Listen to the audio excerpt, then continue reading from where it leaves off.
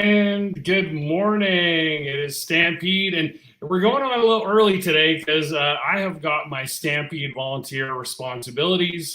So I'm heading down to the grounds again. This is my last day for this year volunteering, and I was actually going to show everyone a little bit of what we do at Stampede. So I'm real quick here. I'm just going to share a tab, and so this is so we do food tasting. And yes, this is a real job, a real volunteer position. So our subcommittee does all the daily food awards. So if you're heading to Stampede and you want to kind of see what is going on food wise, you can check out the Instagram account CS_foodie. So they capture all the different food experiences at Stampede. So we've been doing daily testing. Yesterday we did Best International, and the winner was Opa Greek Foods, and it's like a I guess it'd be called a gyro or a wrap or something like that. Really good, but tons of great options yesterday. We tasted carnivore on Monday, deep fried on Saturday, and that colossal onion you see on the screen there was the winner for best deep fried. So we've been having lots of fun, and it's actually a super long week, although it may not seem like that. It's like, Mark, taste food every day. How bad could it be? Well, it's actually, the food tasting's fun, but it's getting down there every day and all that kind of stuff. But we enjoy it. It's like, oh no, I don't want to end the broadcast. No, don't do that. We don't take it lightly. We enjoy it, and we get a lot of privileges, which is great. And we work hard to get really the point of all what we do at Stampede is that we get the food out so people know what to look for when they come down, and that of course helps the vendors, who of course have had a very difficult last 2 years. So happy to do that. But let's get to our weekly stats. And Jayden, of course, is going to have some great information on interest rates as always, and with what's going on with the recent rate increases and things like that. But the story is similar this week, slightly up for new listings again, basically the same as last week. Our solds jumped up quite a bit to 302 on the detached side, pending's up to 269. And our total sold plus pending slight increase from last week. Honestly, I'm a little shocked. I thought we were doing our Stampede slumber again this year, which is, again, that's kind of back to pre-COVID in terms of what would normally happen at this time of year. But, a little bump up from last week. I think next week will be really interesting. Then people tend to go on holidays once Stampede is over. At least that has been the tradition in Calgary and area. So our net difference plus 248, that's actually quite a bump up from last week. Our price reduced actually jumped up as well to 257.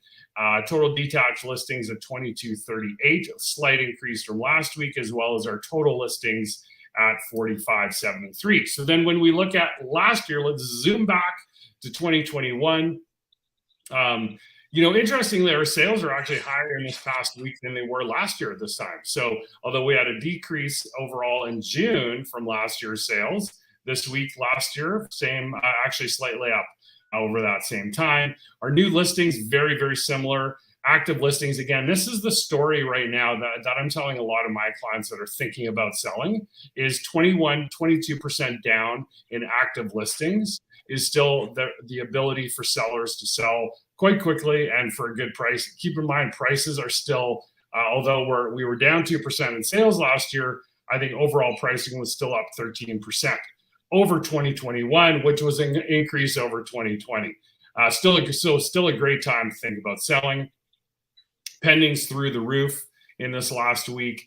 And then our days on market, this is interesting too. So we're actually in this past week, and again, this is a very small piece of data, right? So we don't rely on this, but 31 days on market last week compared to 38 a year ago. So I find that really, really interesting. So there's still, although there's price decreases and things like that happening, with the lack of listings compared to last year, that's where we're still able to sell homes in a quicker fashion than we did a year ago. So Jayden, over to you. So obviously tons of interest rate news again this week. I'll let you take it from here, and you can talk about all the different intricacies of what's going on. Yeah, so it was a big one yesterday, and it threw a lot of people into a panic. I was on on a lot of calls throughout the day with a lot of my variable adjustable rate clients, that we're worried that maybe now is the time to lock in, right? So what Mm. happens? The Bank of Canada rose their overnight rate by 100 basis points, which is 1%. They had kind of teased us that they were going to follow the United States and go up by 3/4 of a point. That extra 0.25% really sent a lot of people into a panic. So what does it all mean? Where are we going from here? Do you need to lock in at that 4.59 before interest rates go crazy?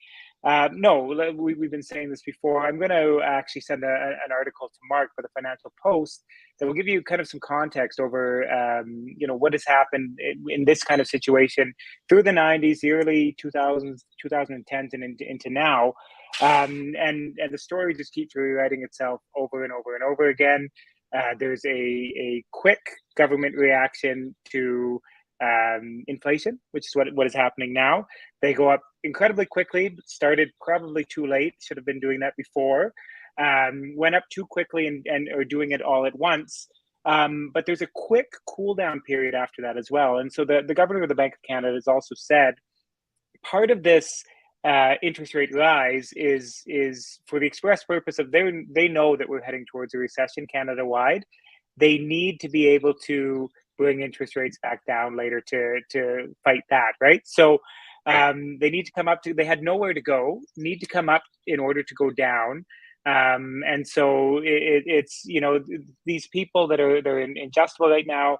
A lot of you are getting letters from your bank, lock in, like it's the end of the world, lock into this interest rate. Well, they're not sending that for your benefit. They're sending that for their bottom line. Always remember that. So I will send that to Mark. I don't have the technical capabilities to make this happen, but he'll put it in the chat below. It's worth a read. It's something that I'm sending out to all of my variable clients today. The other thing that I'd like to say to people, that variable conventional at 3.1, for instance, or the variable high ratio at 2.7, those are actually 3.7 and 4.1 as of for many lenders right now. But for a lot of lenders, they change their prime on the first of the month, so August 1st. So how does that affect you? This is very important for people who are on the edge of making a purchase decision. Our qualifying rate right now is 5.25 or 2% higher than your actual rate. So right now, those people who are that are thinking about buying and they have a max qualification and they found houses at that max qualification part are probably getting qualified at 5.25. By August 1st, they will be getting qualified at 5.7. Right, so that could take $50,000 off of your purchasing capabilities, right? So it's important if you are looking in at your max budget, and you like the houses in that max budget area, you have just over 2 weeks to make a decision and get that app in before those interest rate changes, and you can't afford what you thought you could afford. Right. And, I was actually on a call with some new agents that are just joining the industry this morning. And, one of the things I was telling them, and this is stolen from another agent, but I love this. It's like, we pay 20 or 30% on credit cards. We pay 7 or 8% on vehicle purchases. And what's the common denominator in both of those things? It's consumer debt and it's a depreciating asset. Yet we're hyper scared to pay 5% interest rates on. Now I understand that it's a different price point, right? But keep in mind, you're going to have an appreciating asset with that purchase, and this won't be forever, right? So I would far rather have an appreciating asset that I'm paying a little bit higher interest rates than I would have a couple of months ago than 7, 8, 9, 10% on a vehicle or 20% on credit cards with all depreciating assets, consumables, things like that. And the other thing that I would point out too is that would you prefer to buy now at slightly higher interest rates and not have to pay 105% of asking, 110% of asking? There's going to be circumstances now where you can pay list price slightly below.